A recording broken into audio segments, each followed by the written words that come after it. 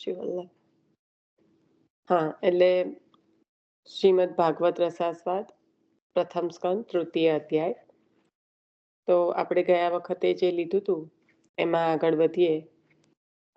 એક વખત વાંચન અને બીજી વખત છણાવટ સાથે બધું જ થઈ ગયું છે. પ્રભુના પ્રાકટ્યનું પ્રયોજન, પ્રભુનું જે અવતાર, કારણ કે હવે અવતારની કથા આ તૃતીય અધ્યાયમાં આવશે.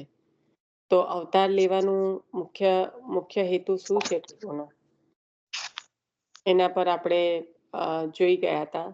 હવે જેને પણ, કારણ કે એક અઠવાડિયું મંડે ટુ મંડે થઈ ગયું છે, એટલે જેને પણ કંઈક પણ સ્મરણમાં હોય તો લઈ લો, નહીં તો પછી આઈ ડોન્ટ એક્સપેક્ટ કે બધાને સ્મરણમાં પણ હોય, કારણ કે મુખ્ય આપણો જે એ છે આ છે કે પ્રભુના અવતારનું પ્રયોજન, જે સુતજી પણ હજી ઉપરથી જ સમજાવી રહ્યા છે, ઊંડાણપૂર્વક નથી લઈ રહ્યા.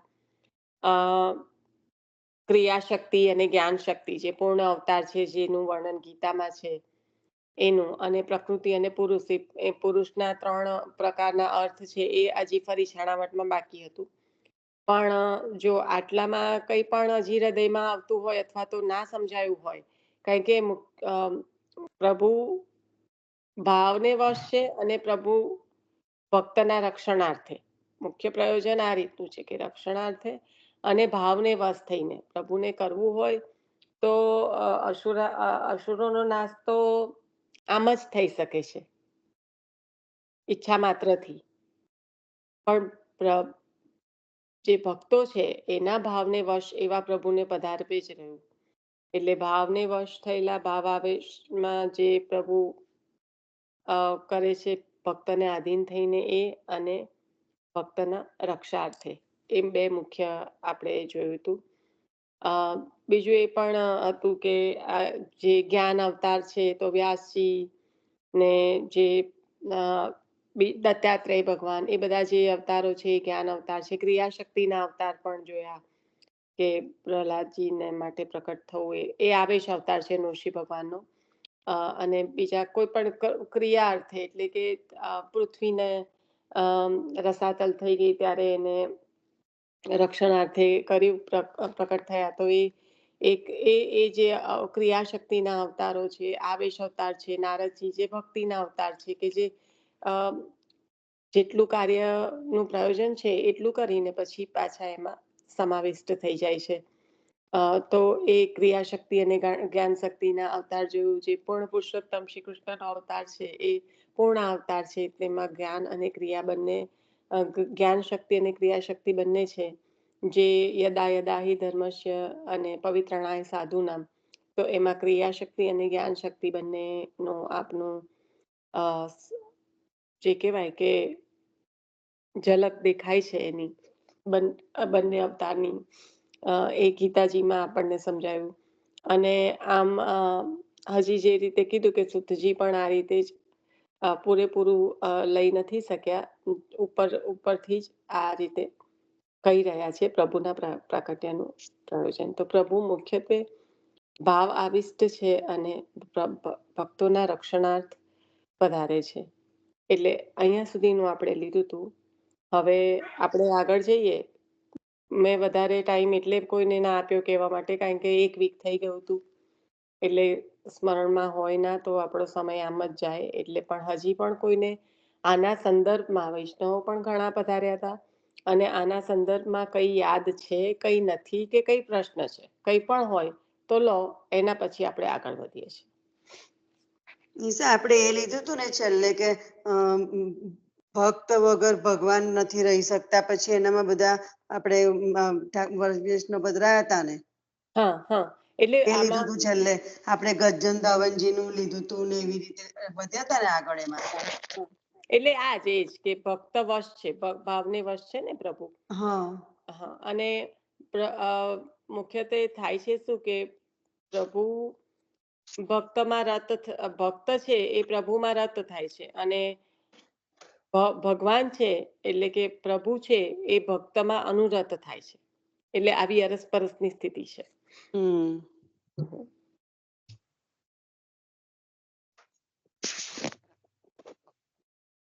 ભક્તને વશ પ્રભુ છે તે આપણે આ પેલા ગાયો વાળા પટેલ પણ આવે ને નિશાને? બધા ઘણા બધા વૈષ્ણવ પધાર્યા હતા એ દિવસેમાં. હા, હશે. જેને જેને ફલાવસ્થા પ્રાપ્ત થઈ છે, ત્યાં હા. વ્યસન અવસ્થા પ્રાપ્ત થઈ છે, ત્યાં તો પ્રભુ પણ એ ભક્તને આધીન છે કે પધારવે જ રહ્યું પ્રભુનું. હમ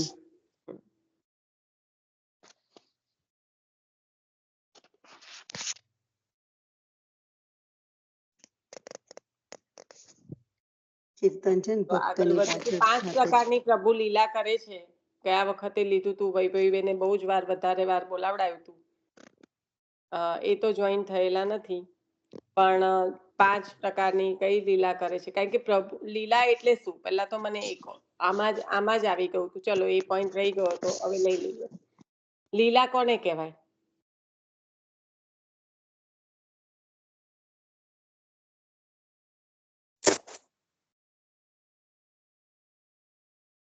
આ બધું જ લઈ લીધું છે. એક જ પોઈન્ટ રહી ગયો, એટલે હવે તમારા લોકોએ લઈ જ રહ્યું. કારણ કે એટલે આ વૈભવીબેને તે પૂછ્યું તેમ પહેલા અવતરણ થયું એવી હા, રીતે એટલે આપણે એનું એ 5. રવા દો હમણાં 1 મિનિટ માટે. પણ લીલા 5 પ્રકારની છે. પહેલા લીલા શું છે એ તો હોવી જોઈએ, ખબર હોવી જોઈએ ને. તો એની પરિભાષા આપણે આમાંથી લઈ ચૂક્યા છે, તો એ લઈ લો. લીલા કોને કહેવાય? હર્ષથી થતી ચેષ્ટાઓ. હા, અનાયાસે હર્ષપૂર્વક થતી ચેષ્ટાઓ એ લીલા છે. એમાં પ્રભુને કઈ કરવાનું હોતું નથી, રમત માત્રમાં. એ પછી અસુરોનો સંહાર હોય કે જે પણ હોય. એટલે લીલા શબ્દની પરિભાષા અહીંયા શાસ્ત્રીજી બહુ સુંદર રીતે કહી રહ્યા છે કે અનાયાસે હર્ષપૂર્વક થતી ચેષ્ટાઓ એ જ પ્રભુની લીલા છે. ચલો, હવે લઈ લો 5 તમે જે કહેતા હતા એ. આપણે બીજો અધ્યાય જ્યારે પૂર્ણ કર્યો ત્યારે 5 પ્રકારની લીલાઓ, એના જ પ્રમાણે હવે ત્રીજો અધ્યાય શરૂ થયો છે. આ બધું કનેક્ટિવિટીમાં આપણે એટલા માટે રાખવાનો પ્રયત્ન કરીએ છીએ કે આપણને ભાગવતજી અલગ રીતે યાદ નથી રાખવાના.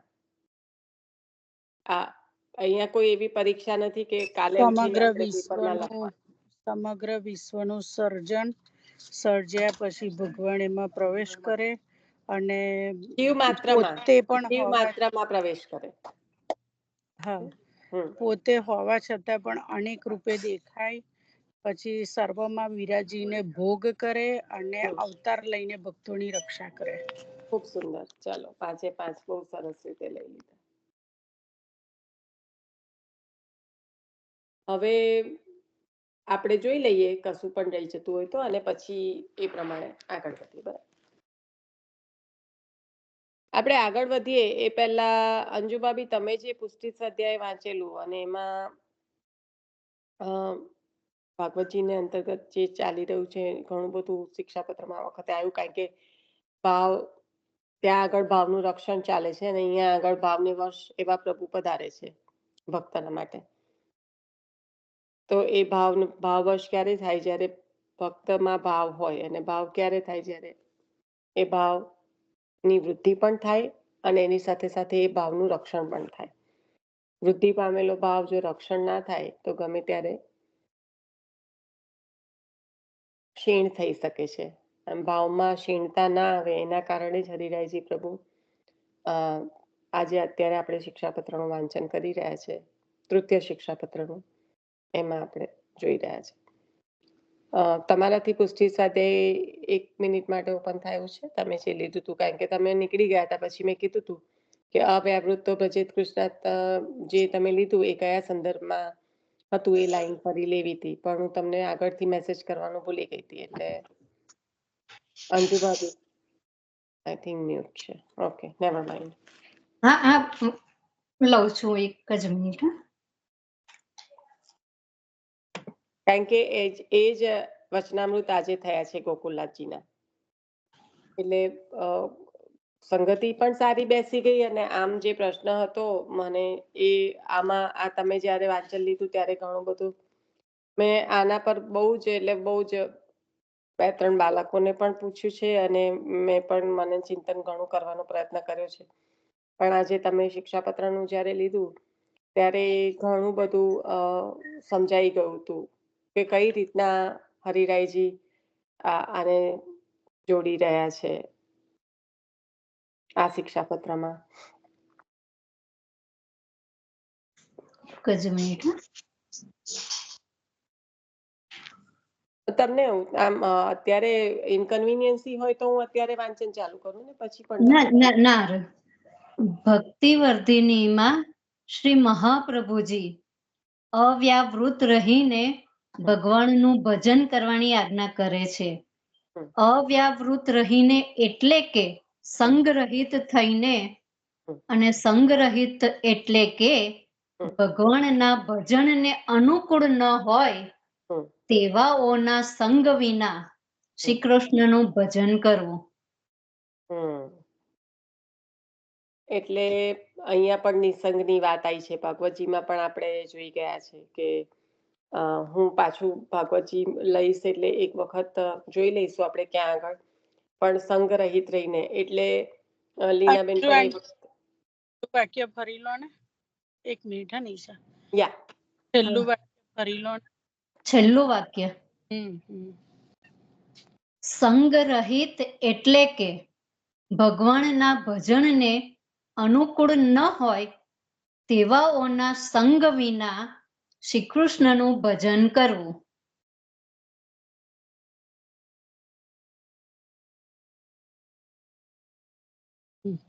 અવ્યાવૃત રહીને એટલે કે સંગરહિત થઈને.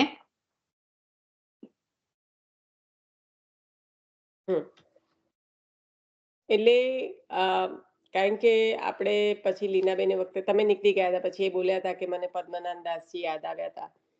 તો પદ્મનાભ દાસજીએ વ્યાવૃત્તિ અર્થે ભગવત કથા ના કરાય એવા જે આચાર્ય ચરણના સિદ્ધાંત છે એને અનુસરીને આપે પહેલા તો ભાગવતજીની કથા વ્યાવૃત્તિ અર્થે જે કરતા હતા એ છોડ્યું.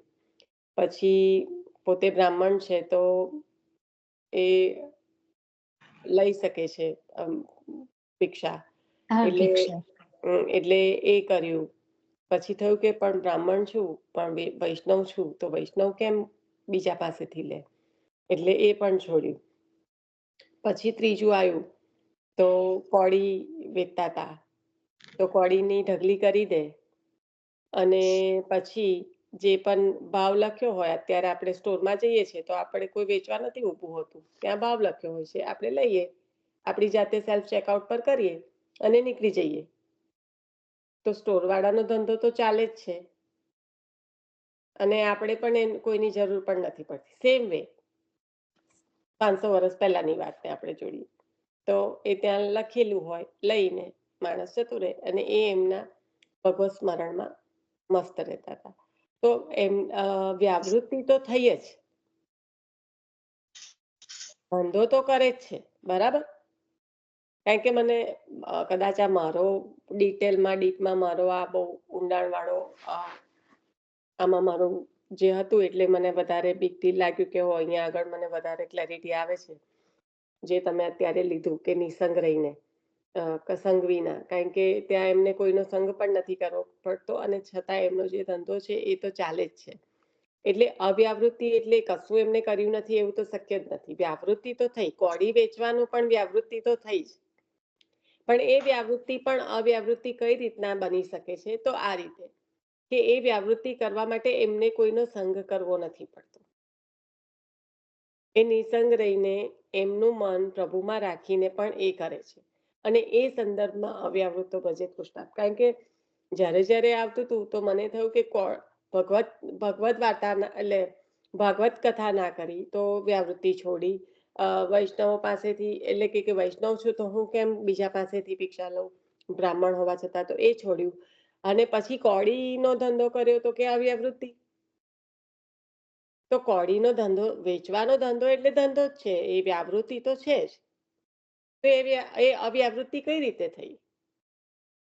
તો એ અહીંયા સંદર્ભ એ છે કે વ્યાવૃત્તિ પણ એવી કે જેમાં લૌકિકનો સંગ નથી કરવો પડતો અને મિનિમમ કહેવાય ને કે બેર મિનિમમ જે કોઈના પણ તમારે એમાં આવવું પડે સંગમાં, પણ એ વ્યાવૃત્તિ કરતા પણ પ્રભુના સ્મરણમાં, પ્રભુમાં એમનું ચિત્ત રહે છે. તો ત્યાં આગળ ચિત્તની વૃત્તિ ક્યાં થઈ? પ્રભુમાં. કરે છે વ્યાય વૃત્તિ, જે કોડી વેચવાનો ધંધો છે એ વ્યાવૃત્તિ કહેવાય, પણ એ વ્યાવૃત્તિ અવ્યાવૃત્તિમાં કેવી રીતે પરિણામી? તો ત્યાં આગળ ચિત્તની વૃત્તિ છે એ વ્યાવૃત્તિમાં નથી પણ પ્રભુમાં છે, એટલે અવ્યાવૃત્તિ થઈ ગઈ. સમજમાં આવ્યું કે હું ખેંચી રહી છું? આઈ ડોન્ટ નો, પણ બરાબર છે નિશાબેન. ના બરાબર છે. એટલે કોઈની જોડે વાતચીત ના થાય ને કોન્ટેક્ટમાં ના આવે એટલે એટલું મન પ્રભુમાં રહે ને. હા હા. તો સેમ ક્વેશ્ચન મને હતો જ. આ તમારા જેવું વ્યાવૃત્તિ રે, તમે કે બધું પૈસા ને એવું કમાવાનું મૂકી અને જસ્ટ ભજન કરો, ના એવું શ્રી મહાપ્રભુજી નથી કહેતા.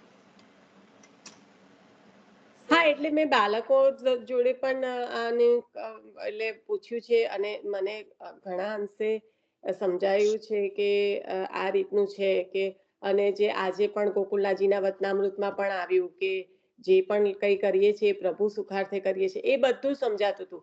પણ અહીંયા આગળ અવ્યાવૃત્તો ભજેત કૃષ્ણાત જ્યારે પદ્મનાભદાસજીની વાર્તામાં આવ્યું અને તે દિવસે પછી મંજુ ભાભીએ લીધું કે નિસંગ, કારણ કે અત્યારે આપણે ભાગવતજીમાં પણ ચાલી રહ્યું છે કે મનથી અને તનથી નિસંગ રહેવાનું કે છે. તે અહીંયા ભક્તિ યોગ દ્વારા જે ભગવાનનું યથાર્થ જ્ઞાન પ્રાપ્ત થાય એ કઈ રીતે થાય? તો આ ભક્તિ યોગ દ્વારા ભગવાનનું યથાર્થ જ્ઞાન પ્રાપ્ત કરવા માટે જીવ તો પ્રભુમાં રત હશે ત્યારે જ થશે. તો તન અને મનથી નિસંગ રહેવું જરૂરી છે.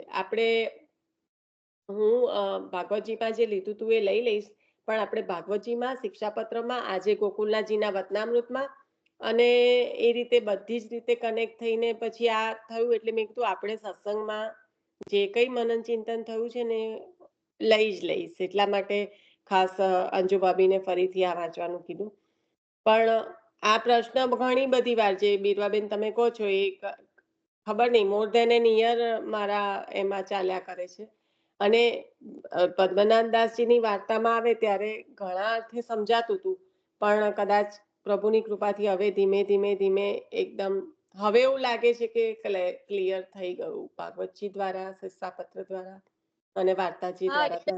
આમાં એ જ છે કે બધા એવું સમજે છે કે અવ્યાવૃત્તો ભજે કૃષ્ણ, એટલે તમે કે બધું મૂકી અને કૃષ્ણને ભજો, પણ એવું નથી કેતા શ્રી મહાપ્રભુજી. મહાપ્રભુજી તો ક્યારે એવું કરવાનું કીધું જ નથી. તો સંન્યાસ લેવાનું ના કીધું, લાઈક. હા, અને એ ખરું, અને બીજું કે પ્રભુના સુખાર્થે પણ ખરું, બધું ખરું. પણ અહીંયા આગળ જે નિસંગતા બતાવી ને, જે શિક્ષાપત્રમાં અત્યારે કહ્યું કે એ રીતે કે, અને પછી એનું જોડાણ પદ્મનાભદાસજી જોડે થયું કે કરતા તો કઈ રીતે કરતા, કે એ તો બેસતા જ ત્યાં આગળ લઈને જતા રહેતા. તો એમને તનથી અને મનથી સંદાસજી ચોપડા સોરી સંદાસજી, સોરી. સંદાસ ચોપડાજી હું ક્યારની વિચારું છું તો ના સોરી, થેન્ક યુ. કોડીનો, હા, કોડી સંદાસજી વેચતા. તો એમાં એમની વ્યાવૃત્તિ તો ખરી, પણ એમને એમાં તન અને મનથી તો પ્રભુમાં જ રત હતા, એટલે એમને સંગ નહીં કરવો પડતો હતો એમ. Thank you. સંદાસજીની જગ્યાએ પદ્મનાભદાસજી બોલતી હતી.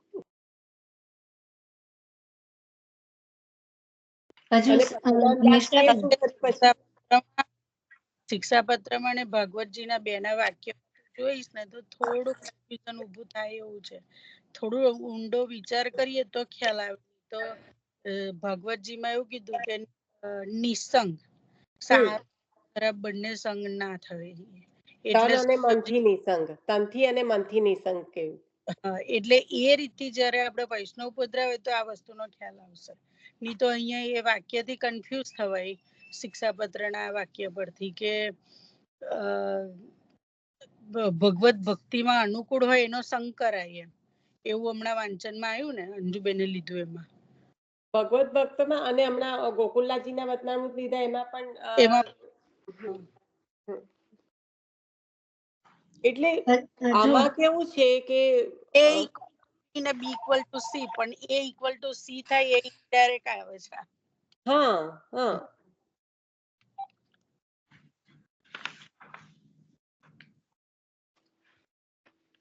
હજુ નિશાબેન એ પુષ્ટિ સ્વાધ્યાયમાં દુસંગ વિશે હજુ બધું ખાસું બધું છે, પણ થોડુંક જ વાંચન થાય ને એટલે હજુ એ શિક્ષાપત્ર 3 માં તો એના વિશે જ આવે છે. હા એટલે દુસંગ આપણે અને સત્સંગ વિશે જ આવે છે. શિક્ષાપત્રમાં આગળ વધીશું એમ પાછું આવશે ને. હા એટલે હજુ થોડું બધું ખાસું 2-3 પાના જેવું વાંચન બાકી રહ્યું હતું હજુ. એટલે એમાં પાછું પછી ભક્તનો મહિમા, વૈષ્ણવનું કર્તવ્ય એ બધું અને લૌકિક સંઘ કેવી રીતે થાય છે તે પણ આગળ આપેલું છે બધું. એટલે આ તમે આ લીધું હતું ને વાક્ય, પછી તમે નીકળી ગયા, પછી મેં ભૂલી ગઈ હતી વીકેન્ડમાં તમને આ પિક્ચર મોકલવાનું, પણ પછી મેં કીધું હમણાં અમે સત્સંગમાં લેવાનું જ છે એટલે લઈ લઈએ ફરી એમ. સરસ, બધી સંગતિ સરસ થઈ ગઈ હા અને થોડું સમજણ વધારે પડે. બસ એ આપણે તત્વને સમજવાનું, કારણ કે આપણે વારંવાર વાંચીએ પણ એમાં ઊંડા ના ઉતરીએ તો આપણને જે આચાર્ય ચરણ રંચક પણ આપણને તો સમજાશે એવું તો પ્રભુની કૃપાથી, આચાર્ય ચરણની કૃપાથી જે કઈ પણ આનો ઊંડો જરાક આમાં 3 સાથે ચાલે છે ને એટલે આપણને ઘણો લાભ છે.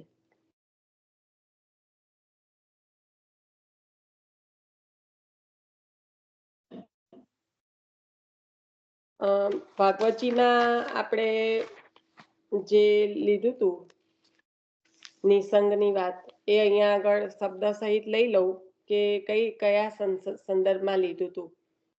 તો મુખ્યત્વે તો એ રીતે કે કથાથી ભક્તિ થતા કૃતાર્થતા થાય છે, કથા શ્રવણ દ્વારા.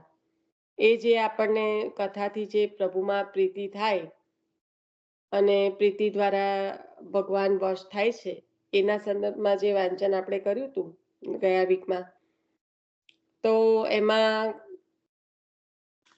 પગથિયા બતાયા હતા કે કથા જ્યારે સાંભળવામાં આવે, ભગવાનના જે શ્રવણ કીર્તન થાય, તો એનાથી જ હૃદયમાં જે પણ કંઈક દોષ વૃત્તિ, પાપ વૃત્તિ જે કંઈ ઉત્પન્ન થઈ છે એ દૂર થઈ જાય છે હૃદય, કારણ કે એ હૃદયમાંથી એ બધું દૂર કરવા વાળી છે. અશુભ અને કામાદિક જે દોષો છે એની નિવૃત્તિ થાય છે, કારણ કે પોતાની કથા સાંભળતા હૃદયની અંદર બિરાજતા પ્રભુ આ બધા દોષની નિવૃત્તિ કરે છે. કારણ કે આ સીધું કનેક્શન છે. વારે વારે જ્યારે આપણે બોલીએ કે આપણે સત્સંગમાં હોય ત્યારે આપણા સેવી આપણા હૃદયમાં બિરાજે છે. આપણે આ રોજની વાત છે. આપણે કહીએ કે શ્રી વલ્લભને હૃદયમાં પધરાવીને શ્રીમદ ભાગવતજીનું રસપાન કરીશું, તો જ્યારે આપણા સેવ્ય આપણા હૃદયમાં બિરાજીને જ્યારે એ સ્વયં એમના જ ગુણગાન ચાલી રહ્યા છે, એટલા માટે તો આપ બિરાજે છે કે આપને અત્યંત આપના ભક્તો અને આપના ગુણગાન અને આપના ભક્તોના ગુણગાન અત્યંત પ્રિય છે. તો એ જે બિરાજેલા પ્રભુ છે, તો પ્રભુ બિરાજે એટલે જે અશુભ અને કામાદિક દોષો છે એ બધા તો નિવૃત્ત થવાના જ છે. હવે આ બધું જે કઈ થઈ રહ્યું છે એ શક્ય ક્યારે બને કે પ્રભુની ઈચ્છા હોય, કારણ કે પ્રભુ અત્યારે ટીવી ચાલુ કરીને આપણે બેસી શકીએ છીએ સત્સંગની જગ્યાએ, જો પ્રભુની ઈચ્છા ના હોય તો. એટલે પ્રભુ સ્વયં ઈચ્છા કરીને આ રીતે એકવાર હૃદયમાંથી આ બધા દોષ ને બધું દૂર કરીને હૃદયમાં જ્યારે આપ પધારો છો, તો પ્રભુની ભક્તિ શક્ય બને છે. ભક્તિ કરવાની શક્ય ક્યારે બને? શરૂઆત જ આ રીતે થઈ શકે તો જ શક્ય બને. અને આ બધું જ્યારે ચાલ્યું જાય, બધા દોષો ને અશુભ જ્યારે હૃદયમાંથી ચાલ્યા જાય અને ભગવાનની કથા જ્યારે નિત્યમાં સાંભળવામાં આવે, એ કરતા કરતા જ પ્રભુમાં પ્રીતિ થવા માંડે અને પ્રભુની સેવા થાય. એટલે આવું થાય ત્યારે જે પ્રભુની અચલ ભક્તિની પ્રાપ્તિ છે એ ત્યારે થાય. કે નિત્યમાં અચલ એટલે કે હવે દોષો રહ્યા નથી હૃદયમાં, એટલે બુદ્ધિ નિર્મળ બની છે એટલે ભક્તિ અચલ થવાની છે, નહીં તો ચલિત થતા વાર ના લાગે. અનેક દોષો જ્યારે ભરેલા હોય, કોઈ કે ભગવાનની અચલ ભક્તિની પ્રાપ્તિ ત્યારે જ થાય એવું કેમ કહ્યું? તો એનું સીધું સીધું કનેક્શન એ જ છે કે અચલ ભક્તિની પ્રાપ્તિ ત્યારે જ થાય જ્યારે બુદ્ધિ સ્થિર થાય. બુદ્ધિ ચલિત થવાની હોય તો અચલ ભક્તિ પ્રાપ્ત થઈ જ ના શકે. હવે બુદ્ધિ સ્થિર થવાનું એક મુખ્ય કારણ આ છે કે પ્રભુ હૃદયમાં બિરાજ્યા, બધો કચરો કૂડો સાફ થઈ ગયો, હૃદય શુદ્ધ થયું, એટલે હવે બુદ્ધિ ચિત્ત ને બધું પણ શુદ્ધ થયું છે. અને ત્યારે એ ચલિત નથી થવાનું, એટલે પછી અચલિત જે અચલ ભક્તિ છે એ પ્રાપ્ત થાય છે. અને આવું થાય ત્યારે જે કપરો કલિકાલ જેવો કાલ છે એ પણ ભક્તને નડતો નથી. અને જો જીવ આટલું કરે તો કામ, ક્રોધ, લોભ વગેરે જે રજોગુણ અને તમોગુણના ભાવો જે મનમાં છે એ આવે ના. એટલે એવું જ કીધું કે આ ચિત્તની સ્થિરતા લાવવા માટે આ બધું તો જવું જ પડે, નહીં તો ચિત્તની સ્થિરતા તો શક્ય જ નથી. એટલે અને આ બધું પ્રભુ જ હૃદયમાં બિરાજીને, એટલે જ તો સેવા એ જ ફળ અને સાધન એ સેવા એ સાધન ને સેવા એ જ ફળ. કારણ કે પ્રભુ શ્રમ લઈને બધું કરે ખરા, અને ફળની પ્રાપ્તિ પોતે એવા પ્રભુ પ્રાપ્ત પણ થાય. એટલે એમને પ્રાપ્ત કરાવવા માટે એમને શ્રમ લેવો પડે. આપણે તો કઈ જ નહીં, કારણ કે આપણે તો આવા હૃદયે સવાર પડે બેસી ગયા દ્વાર ખોલીને. પછી એ હૃદયમાં જે કઈ ગંદકી છે એ તો બિચારા પ્રભુને પધારવા માટે પ્રભુએ જ પ્રયત્ન કરીને કરવું પડે. ત્યારે નીકળે પાછું, થોડું વાર માટે નીકળે પાછું કરે ભરાય ખબર ના પડે. પણ જો લાંબા સમય માટે આ ક્રિયા રોજે નિત્યમાં ચાલતી રહે તો કામ, ક્રોધ, લોભ જેવા રજોગુણ તમોગુણના ભાવો છે એ મનમાં આવે ના, એટલે પછી ચિત્તની સ્થિરતા આવે. સ્થિરતા છે ત્યાં તો પ્રભુની ભક્તિ ચાલી રહી છે, ચિત્તની સ્થિરતા છે એટલે ત્યાં પ્રસન્નતા તો છે જ. એટલે સર્વ કાર્યમાં સફળતા દેનારો પ્રકાશ જે છે એ મનમાં પ્રવેશ કરી દે છે. ત્રણેયના ચરણ કેરો, કારણ કે જે અજ્ઞાન તિમિરા અંદશ્ય કહ્યું કે જે અજ્ઞાનતા દૂર કરીને પ્રકાશ ફેલાવે છે, તો એટલે આ રીતે જ્યારે સર્વ વસ્તુનું તત્વજ્ઞાન એટલે કે પ્રભુનું જ્ઞાન, વસ્તુતઃ કૃષ્ણ એવા, અહીંયા આગળ સર્વ વસ્તુનું તત્વજ્ઞાન જ્યારે કે ત્યારે આપણને તો એક જ વસ્તુનો ખ્યાલ આવે કે પ્રભુની સંદર્ભમાં કહી રહ્યા છે. તો આ થાય પછી પ્રસન્ન મનવાળાને ભગવાનના ભક્તિ યોગ દ્વારા પ્રભુનું યથાર્થ જ્ઞાન પ્રાપ્ત થાય છે જ. કારણ કે હવે બધું અંધકાર ચાલ્યો ગયો, પ્રસન્નતા ફેલાઈ ગઈ. હવે એવા મનવાળા જ્યારે ભગવાનની ભક્તિ કરે તો એ ભક્તિ યોગ દ્વારા પ્રભુનું જે યથાર્થ જ્ઞાન,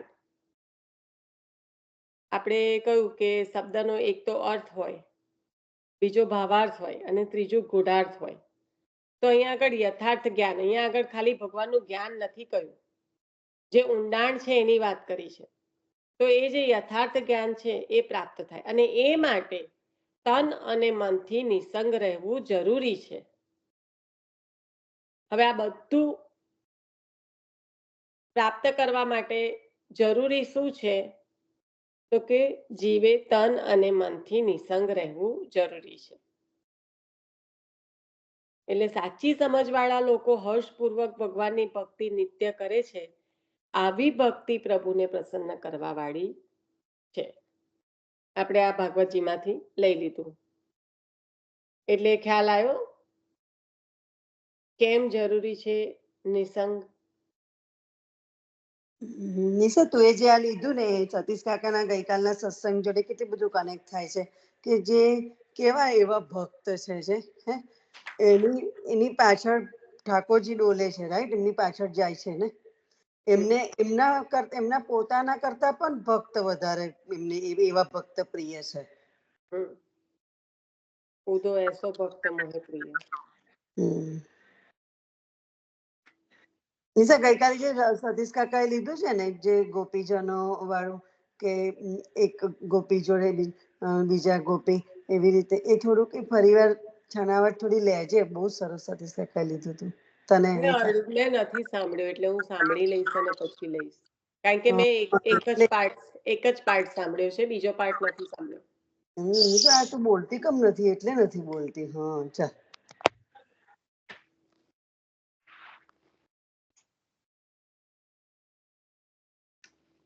ઓકે, ચલો હવે વાંચનમાં આગળ વધીશું આપણે. તો એક તો થયું દુસંગ, બીજું થયું સત્સંગ અને ત્રીજું થયું નિસંગ.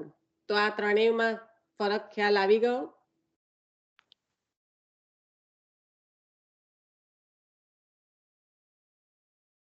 જો આખો દિવસ સત્સંગ કરીએ ને તો જે પણ તમે સત્સંગ દ્વારા મેળવ્યું છે એને નિસંગ થઈને જ એનું મનન ચિંતન થઈ શકશે. પછી એ સમયે ફક્ત તમે અને તમારા પ્રભુ જે કઈ હૃદયમાં બિરાજીને સાંભળ્યું એ જ એનું મનન ચિંતન કરાવશે. તો ત્યારે એ પરિસ્થિતિ કઈ આવી? નિસંગની આવી. ખ્યાલ આવ્યો? એટલે સત્સંગ દુસંગ એ તો આપણે જાણીએ જ છે, પણ તન અને મનથી નિસંગ. એવી જ રીતના આપણે જાણીએ છીએ કે સ્વતંત્ર પરતંત્ર.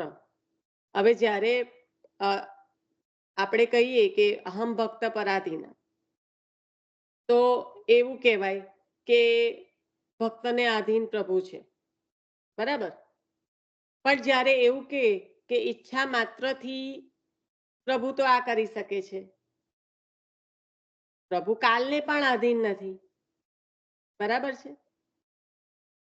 અને ભક્ત છે એ સ્વતંત્ર છે, ભક્તિ માર્ગીય જીવ સ્વતંત્ર. તો અહીંયા પ્રભુ પરાધીનમાં કયું? પરતંત્રતા ભક્તની સાથે જે છે એ, એટલે કાલને અધીન નથી એટલે ત્યાં એમની સ્વતંત્રતા બતાવી. અને ભક્ત સ્વતંત્ર છે, ભક્તિ માર્ગીય જીવ સ્વતંત્ર, જે આપણને વલ્ભાખ્યાનમાં ગોપાલદાસજીએ કહ્યું. તો હવે જેવી રીતના સંગ દુસંગ અને નિસંગ છે, એવી રીતે સ્વતંત્રતા પરતંત્રતા અને અતંત્રતા. તો ભક્ત સ્વતંત્ર છે, ભક્તને આધીન પ્રભુ છે ત્યારે પ્રભુ પરતંત્ર થયા. કાલને અધીન છે, કાલને અધીન નથી ત્યારે અતંત્ર, કે પ્રભુને કોઈ પણ નિયમ ત્યાં લાગુ પડતો નથી.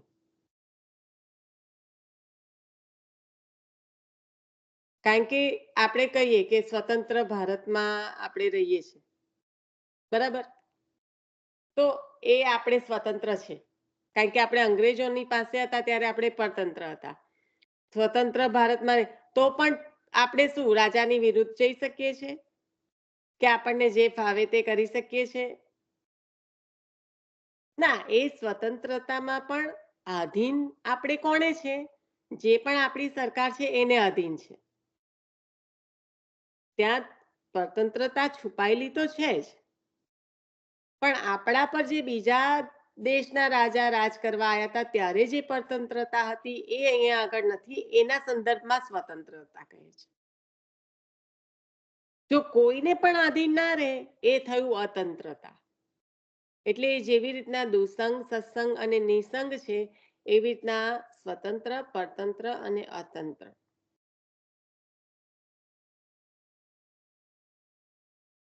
કરતું કહી શકાય. એ તો છે જ, એ તો છે જ, પણ કરતું અકર્તું અન્યથા કરતું એ આખી આપની અલગ પ્રકારની સામર્થ્યતા છે.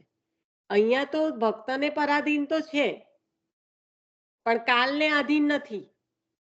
આ અતંત્રતાનું સંપૂર્ણ એક્ઝામ્પલ. ખ્યાલ આવે છે હેતલ?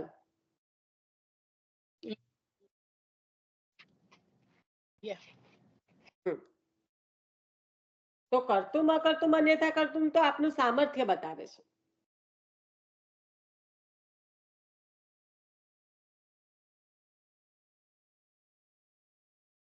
સહભાગીઓ આજે તો આપણે હજી વાંચનમાં ચલો વાંચન શરૂ કરીએ. બરાબર.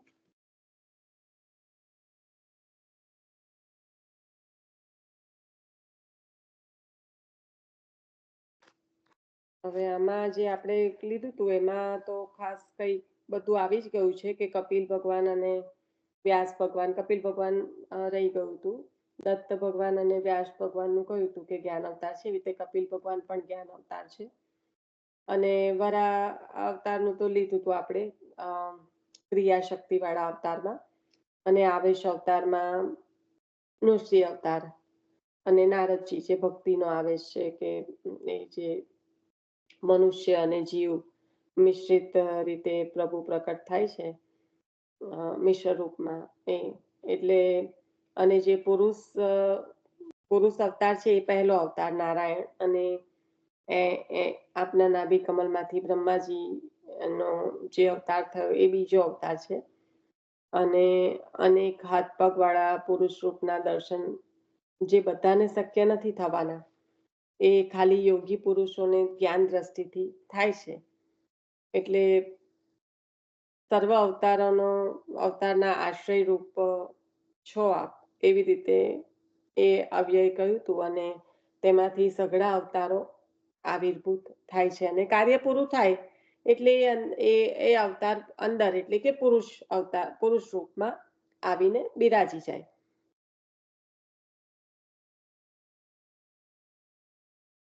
અને એટલા માટે જે અંશ કલા વિભૂતિ જે આપણે કહીએ છીએ અવતારો, એ એટલા માટે જ અંશ અવતાર છે. કેમ?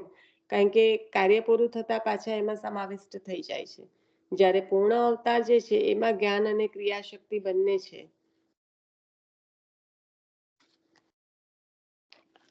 પુરુષ શબ્દની વ્યુત્પત્તિ એ છણાવટ ત્યાંથી જે કંઈક થોડુંક બાકી હતું, વાંચન તો થઈ ગયું હતું, એ લઈને પછી આપણે એમાં આ વાંચનમાં આગળ વધીએ. તો ત્રણ પ્રકારે અર્થ બતાવ્યા હતા પુરુષ સંબંધી સ્વરૂપ જે સ્વીકાર્યું આપે. તો જે લોક સર્જનની ઈચ્છા કરી એ માટે પહેલા જગૃહે પુરુષમ રૂપમ એટલે કે પુરુષ સંબંધી સ્વરૂપ સ્વીકાર્યું. તો હવે ત્રણ પ્રકારના એના અર્થ બતાવ્યા છે કે પુરુ વસતી પુરુષ સમ પ્રસારણ અને સત્વ થાય છે. એટલે પૂર એટલે શરીર, અને એની અંદર રહેનાર એટલે પુરુષ. એટલે આ અર્થમાં જીવ પણ સંભવે, જીવ પણ આવી ગયો. શરીર અને એની અંદર રહેલું એ જે હોય એને પુરુષ કહે, એટલે એ અર્થમાં જીવ પણ સંભવે છે. બીજો અર્થ કયો કે પુરુષ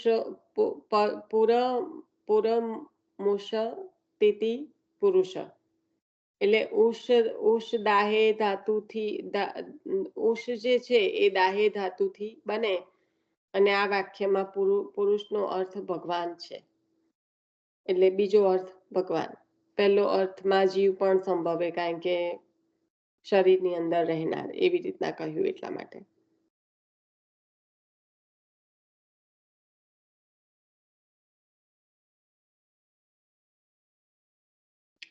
તપાવેલા લોખંડના ગોળામાંના અગ્નિની જેમ.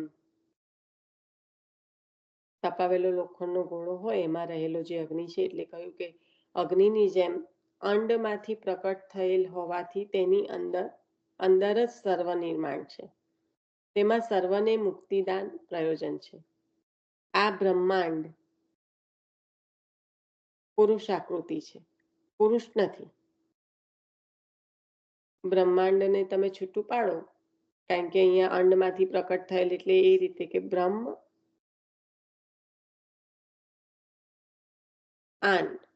બ્રહ્માંડ એટલે આ જે છે એ પુરુષ આકૃતિ છે, પણ પુરુષ નથી.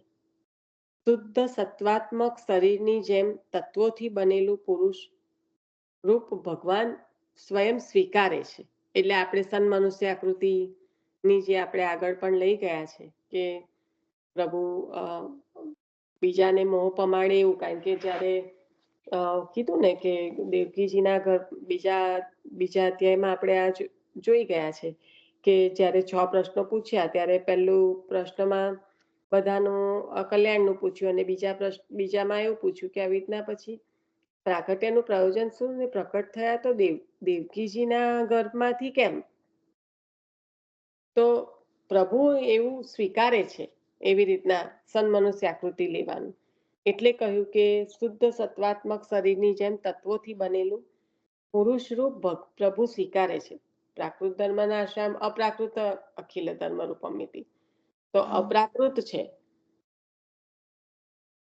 પણ એ જે પ્રાકૃત ધર્મનો આશ્રય લીધો છે એટલે અહીંયા પણ પ્રભુ શુદ્ધ સર્વાત્મક શરીરની જેમ તત્વોથી બનેલું પુરુષ રૂપ આપ સ્વયં સ્વીકારી રહ્યા છો. હવે ત્રીજું જે છે કે પૂરા આસ્ત ઇતિ પુરુષ, વ્યત્યયો બહુલમ.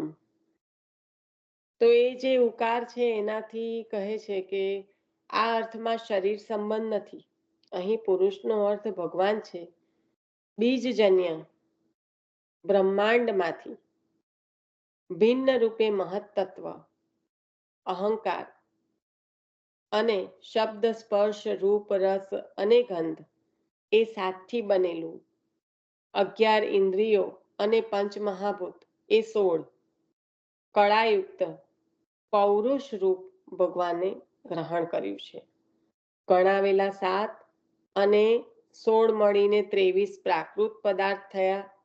આ સૃષ્ટિમાં પ્રકૃતિ પુરુષ ભગવાન પોતે જ છે. આ આદ્ય સૃષ્ટિ છે. તો આ ત્રીજા અર્થમાં આ રીતે કહું, જ્યારે આખું આપણને મહત્તત્વથી બનેલું જે બધું પ્રકૃતિ અને પુરુષનું આગળ વર્ણન આવશે, મારા ખ્યાલથી બીજા સ્કંદમાં આવવું જોઈએ, અથવા તો આઈ થિંક ત્રીજામાં કે બીજામાં, એક્ઝેક્ટલી નથી ખ્યાલ, પણ આખું પાછું આવશે.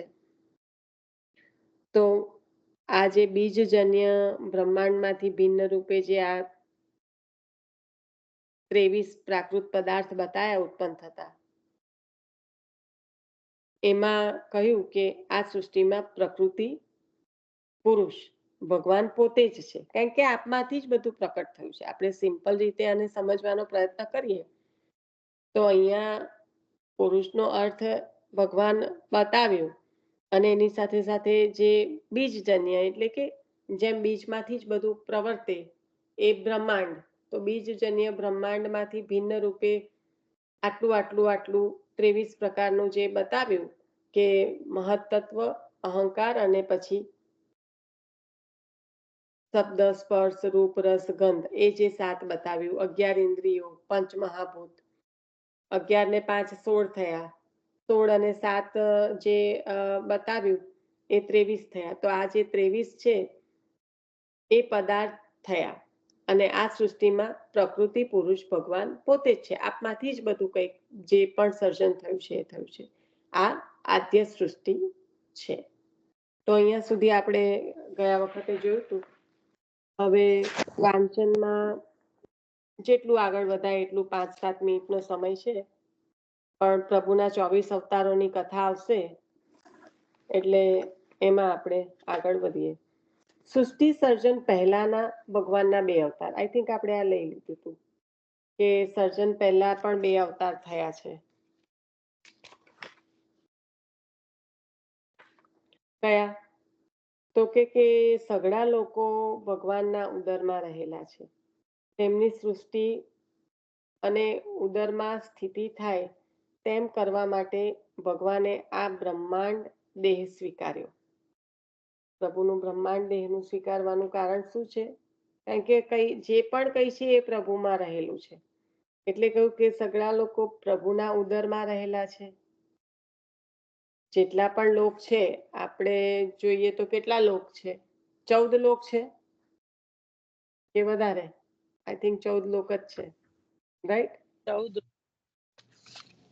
લોક. 14 લોક. તો કે સઘળા લોકો ભગવાનના ઉદરમાં જ રહેલા છે. તેમની સૃષ્ટિ અને ઉદરમાં સ્થિતિ થાય તેમ કરવા માટે ભગવાને આ બ્રહ્માંડ દેહ સ્વીકાર્યો. એટલે બ્રહ્માંડમાં 14 લોકો રહેલા છે. તો પ્રભુએ આ દેહ સ્વીકાર્યો કેમ? તો કે એ જે આખી 14 લોકની સૃષ્ટિ અને ઉદરમાં સ્થિતિ થાય તેમ કરવા માટે પ્રભુએ આ દેહ સ્વીકાર્યો. આ પુરુષ શરીરના સ્થૂળ અવયવોથી જ સર્વલોક વિસ્તાર ગણેલો છે.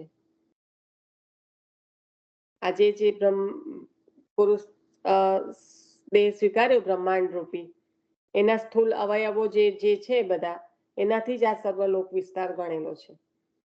ઉર્ધ્વ ગોલ આ દેહ છે. આ ભગવાનનું સ્વરૂપ છે. ભગવાનને પ્રાકૃત રૂપ નથી, પણ આ શુદ્ધ સત્વાત્મક શરીર છે. ખૂબ સુંદર રીતે અહીંયા આગળ જે વિરુદ્ધ ધર્માશય છે એ બતાવે છે. આપણા માથે બિરાજતા આપણા નિધિ, તો એ કેવું સ્વરૂપ છે. તો ભગવાનને પ્રાકૃત રૂપ નથી, પણ આ શુદ્ધ સત્વાત્મક સ્વરૂપ છે, શરીર છે. પ્રાકૃત નથી. જે સાકાર સ્વરૂપ એ આપ બિરાજે છે, તો કહ્યું કે પ્રાકૃત રૂપ નથી, પણ શુદ્ધ સત્વાત્મક શરીર છે. આપણે જે કંઈ પ્રભુને અંગીકાર કરાવીએ છીએ અને પ્રસાદ રૂપે આપણે પાછું આપણે લઈએ છીએ, તો આ જે છે, આપણે જે પ્રભુને જે કંઈ આપણે ગ્રહણ કરાવીએ છીએ, જે પણ પ્રભુ અંગીકાર કરે છે, તો ભગવાનને પ્રાકૃત રૂપ નથી, પણ શુદ્ધ સત્વાત્મક શરીર છે. ઘણું બધું આપણને આચાર્ય ચરણે આપણા માથે પધરાવેલા જે પ્રભુ છે, તો ભાગવતજીમાં અત્યારે આપણને ભાગવતજી તો ઘણા વિસ્તૃત હશે, પણ જે પણ કંઈક સમજવા મળે છે, તો અહીંયા આગળ આપણને ખ્યાલ આવે છે કે વલ્લભની કેટલી બધી અસીમ કૃપા છે આપણા પર. એ સર્વ કાર્યમાં પ્રવૃત્ત છે. પ્રાકૃત આંખે તો જગત દેખાય છે, પણ યોગીઓ પોતાના દિવ્ય જ્ઞાન નેત્રો વડે અનેક ચરણ, ઉરુ, હાથ, મોં, મસ્તક, કાન, નેત્ર, નાસિકાઓ વાળા અનેક મુકુટ, વસ્ત્ર, કુંડલોથી શોભાયમાન ભગવાનના અદ્ભુત પુરુષ રૂપના દર્શન કરે છે. મંત્રદ્રષ્ટા છે, પ્રભુના યોગીઓ છે, પ્રભુના સ્વરૂપને પોતાના યોગ દ્વારા, જ્ઞાન દ્વારા જે ચક્ષુ પ્રાપ્ત થાય, કારણ કે સખા છે અર્જુનના પ્રભુ, તો પણ જ્યારે આપે વિરાટ સ્વરૂપના દર્શન કરાયા છે, તો બધાને નથી થયા. એ અલૌકિક નેત્ર જ્યારે આપે અર્જુનને પ્રદાન કર્યા છે, ત્યારે જ એને દર્શન થયા છે. તો આ યોગીઓ છે, એમની પાસે એ જ્ઞાન ચક્ષુઓ છે. આપણે એના સંદર્ભમાં જ સુરદાસજીને યાદ કર્યા હતા કે રાજાએ કીધું કે આપને દર્શન થાય છે, તો રાજાને પૂછ્યું કે રાજા, આપને દર્શન થાય છે ખરા પ્રભુના? આપની પાસે તો નેત્રો છે, પણ આ બાહ્ય નેત્રોની થી પ્રભુના દર્શન થઈ નથી શકતા. એ ચર્મચક્ષુઓ સુરદાસજીને પ્રભુએ પ્રભુ કૃપા, આચાર્ય ચરણની કૃપાથી પ્રદાન કરેલા છે. તો જ્ઞાનીઓ છે, એને આવા દર્શન થાય છે. બાકી પ્રાકૃત જગત, પ્રાકૃત આંખો એ તો આપણને જે કંઈ દેખાય છે, ઊંધું છતું, સારું ખરાબ, એ જ છે. પ્રાકૃત આંખે પ્રભુના દર્શન કરવાના તો શક્ય છે નહીં. એ સર્વ અવતારોના બીજ રૂપ, આધાર રૂપ, અવ્યય છે. આ ભગવાન આદિનારાયણ પોતાની પ્રાણી માત્રના ક્લેશને દૂર કરનારી યોગ નિંદ્રા નામની શક્તિને શરીરમાં વ્યાપ્ત કરીને જલ રૂપ શૈયામાં પોડ્યા હતા. આપણે જે આચાર્ય ચરણે શ્રી સુબોધિનીજીની કારિકામાં તે શૈયા પર બિરાજેલા પ્રભુનું વર્ણન જે છે, જે આપણે નમામિ હૃદયે છે મંગલાચરણમાં પણ જે લઈએ છે. તો અહીંયા આગળ એક તો પહેલું તો બ્રહ્માંડ બતાવ્યું જે પુરુષ રૂપ, અને બીજો આજે આદિનારાયણ. આ ભગવાન આદિનારાયણ પોતાની પ્રાણી માત્રના ક્લેશને દૂર કરનારી જે યોગ નિદ્રા નામની શક્તિને શરીરમાં વ્યાપ્ત કરીને પ્રભુના સાનિધ્યમાં આટલું સુખરૂપ, અને જે કોઈ જીવની કોઈ પણ પરિસ્થિતિ હોય પણ પ્રભુના સાનિધ્યમાં આવતાની સાથે બધા કલેશો દૂર થઈ જાય. તો એ પ્રભુ એ જે ક્લેશને દૂર કરનારી યોગ નિદ્રા નામની શક્તિ છે એને સ્વયંમાં વ્યાપ્ત કરીને જલરૂપ શૈયામાં આપ પહોંચેલા છે. ભગવાનના નાભિરૂપ હૃદ્રમાંથી કમલ થયું. એ ત્રૈલોક્યાત્મક નાભીમાંથી બ્રહ્માજી પ્રકટ થયા. પ્રથમ કાર્યરૂપ હોવાથી તે બ્રહ્મ શબ્દથી ઓળખાય છે, કારણ કે આપે બ્રહ્માજીએ સૃષ્ટિનું નિર્માણ કર્યું, કાર્યશક્તિનો અવતાર ક્રિયાશક્તિનો. તો પ્રથમ કાર્યરૂપ હોવાથી એ બ્રહ્મ શબ્દથી ઓળખાય છે. કર્તા તરીકે સ્વતંત્રતા માટે પુલ્લિંગમાં છે એટલે બ્રહ્મા કહ્યું. એટલે ભગવાનના જે 22 અવતારો ગણાવ્યા છે એમાં આ બે ગણાતા અવતાર અને કુલ એટલે એની સાથે કુલ 24 અવતારો પ્રસિદ્ધ થયા. શ્રી ભાગવતમાં ગણાવેલા 22 લીલા અવતારો અને તેમની વિશેષતા એટલે કે લીલા. તો ભગવાન 22 અવતારો અને એની લીલાનું વાંચન આપણે કાલે કરીએ. સમય થઈ ગયો છે. આઈ થિંક આટલી છણાવટ લેવાની બાકી હતી એ દિવસે. આપણે વાંચનમાં થઈ ગયેલું હતું પણ લેવાનું બાકી હતું. નિશા શ્રી વલ્લભ પેલા બે બીજા કયા અવતાર થી છેલ્લા I missed it. એટલે લીલા અવતાર નથી તે આદિનારાયણ જે કહ્યું ને એ અને Brahma. Okay okay okay.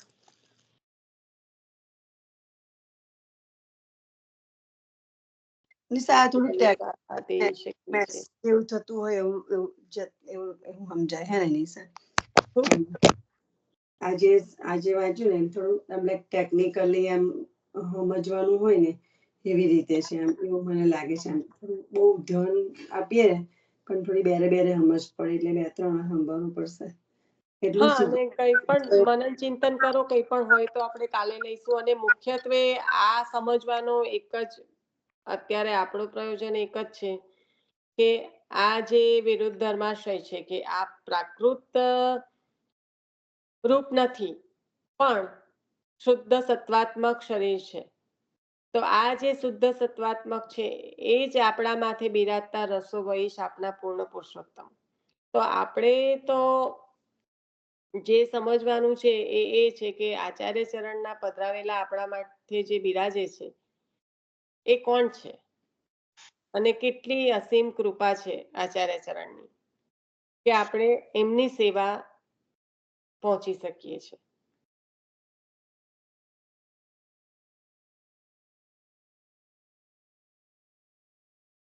Shri Vallabhadhish કી જય. આશરો લઈ લેજો. કોઈને કઈ પ્રશ્ન હોય તો, નહીં તો પછી લઈ લો. કઈ હોય તો બોલો. હજી 2-3 મિનિટ. એટલે જે સતીશ કાકાએ લીધું ને એટલે જ લીધું છે. સમજાય ને વંદન ને ના સમજાય ને અભિનંદન. આવી રીતે આગળ એમને ઊંડાણમાં લીધું તું, સમજાયું તો આજે. સરસ સાંભળી લેજે હા નિશા. હા, બીજામાં આવ્યું હશે, બીજા પ્રકરણમાં. બહુ સરસ સમજાયું છે. અને રાસ વિશે તો બહુ સરસ સમજાયું છે. 2 ગોપીની વચ્ચે એક કાન. એટલે એવું કે છે અને કે એક હાથ એમ કે કૃષ્ણ ભગવાને તમારા ખભા ઉપર મૂકેલો છે અને બીજો જે ગોપીનો હાથ છે તે કૃષ્ણ ભગવાનના પેટ અગાડી આવે છે એમ. એટલે કે બાંધી રાખે છે તમને કે ભાઈ હું તમારે ત્યાં બિરાજું છું અને તમે બીજે જાઓ છો. તમે બીજે મને મેળવવા પ્રયત્ન કરો છો, હું તમારા માથે જ બિરાજું છું. એક ભાવ એવો છે. પછી બીજો છે એમાં એવો ભાવ છે કે બધી ગોપીઓ સમૂહમાં છે ને વચ્ચે કૃષ્ણ ભગવાન છે મધ્યમાં. એટલે એમ કે મધ્યમાં જે કાન છે તે કે બધાનો નાથ છે. અને પછી છે તો એક ગોપી અને એક કાન, 3 સ્થિતિ છે. 3 સ્થિતિ છે. તો એની મય છે તે ત્રીજામાં એવો ભાવ હતો કે એ ગોપીઓ એવું જ વિચારે છે કે અમારા માટે જ પ્રભુ છે, બીજા કોઈના માટે નથી, અમને જ મળ્યા છે એમ. પ્રભુ અમારા છે અને અમને પોતાને એકલાને જ મળ્યા છે, બીજા કોઈના નથી એમ. એવો ત્રીજો ભાવ. યમુનાજીની વાલુકા થઈ જાય છે. ત્યાં કોઈને ખબર જ નથી કે બીજું કશું પણ છે. સ્વયં પોતે અને પોતાના પ્રભુ કોટ થઈ જાય છે. હા, કોટ થઈ જાય છે. નાજીની વાલુકાનો કોટ છે. કોટની સાજીનો અર્થ આવ્યો એ.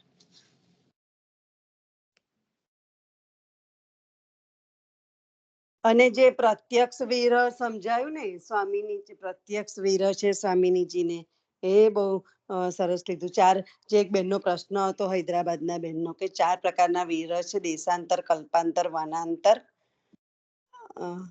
અને એ પણ બહુ સરસ સમજાયું હતું. એ મેં ગયા વખતે જયારે કીધું ને કે સમજાવો ને પ્રત્યક્ષ અને પરોક્ષ વિરોધ, ત્યારે એમને મને એવું કીધું હતું કે હું બીજા એક બેનનો પણ પ્રશ્ન આવ્યો છે ને તો હું નેક્સ્ટ ટાઈમ લઈ લઈશ. પણ અત્યારે આપણે વિષયાંતર થઈ જાય તો એવું કરીને પછી એમને, કારણ કે ગયા વખતમાં જ પ્રત્યક્ષ વિરોધનું હતું, ગયા વખતના શ્લોકમાં થોડુંક, પણ પછી એમને કીધું કે હું લઉં છું, પછી પ્રશ્નમાં લઈ લઈશ એમ. અને લીનાબેન તમે હમણાં કહેતા હતા ને કે થોડુંક એનાથી સમજવું પડે એવું છે, તો વિષ્ણુ પુરાણનો પહેલો એપિસોડ જોઈ લેજો. એ શું સિરિયલ આવે છે? વિષ્ણુ પુરાણ સિરિયલ જે બતાવે છે ને એમાં આ જ બતાવે છે, પ્રકૃતિ પુરુષ. આપણે 14 માળની જે પ્રકૃતિ પુરુષની સૃષ્ટિ જે બતાવી એમાં આપણે 8મા માળે છે પૃથ્વી. ઉપર 7 નીચે ઉપર, એવી રીતના છે ને. આવશે હજી તો ભાગવતજીમાં તો. બ્રહ્માજીમાં પછી આ સૃષ્ટિનું સર્જન કર્યું.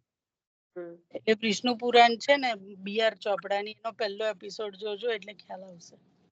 આખું જોયેલું છે પણ યાદ કોને રહ્યું છે.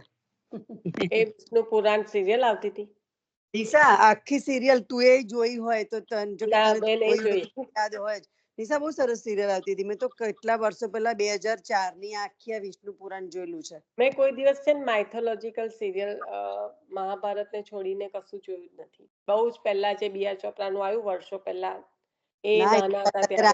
સાગરનું રામાયણ જોયું. પછી મેં રામાયણ વખતે તો ટીવી હતું નહીં હવે આપણી પાસે, પણ એમ કહેવાનો મીનિંગ બસ એ જે જોયું તે. પછી ક્યારેય માઇથોલોજીકલ સિરિયલ નહીં જોયું. આપણે આશરો લઈ લેશું જરા. સોરી, વાત ખેંચાઈ જાય છે.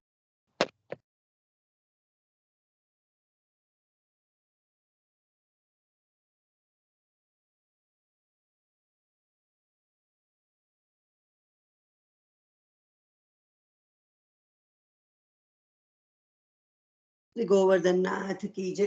શ્યામ સુંદર અમને મહારાણી કી જય.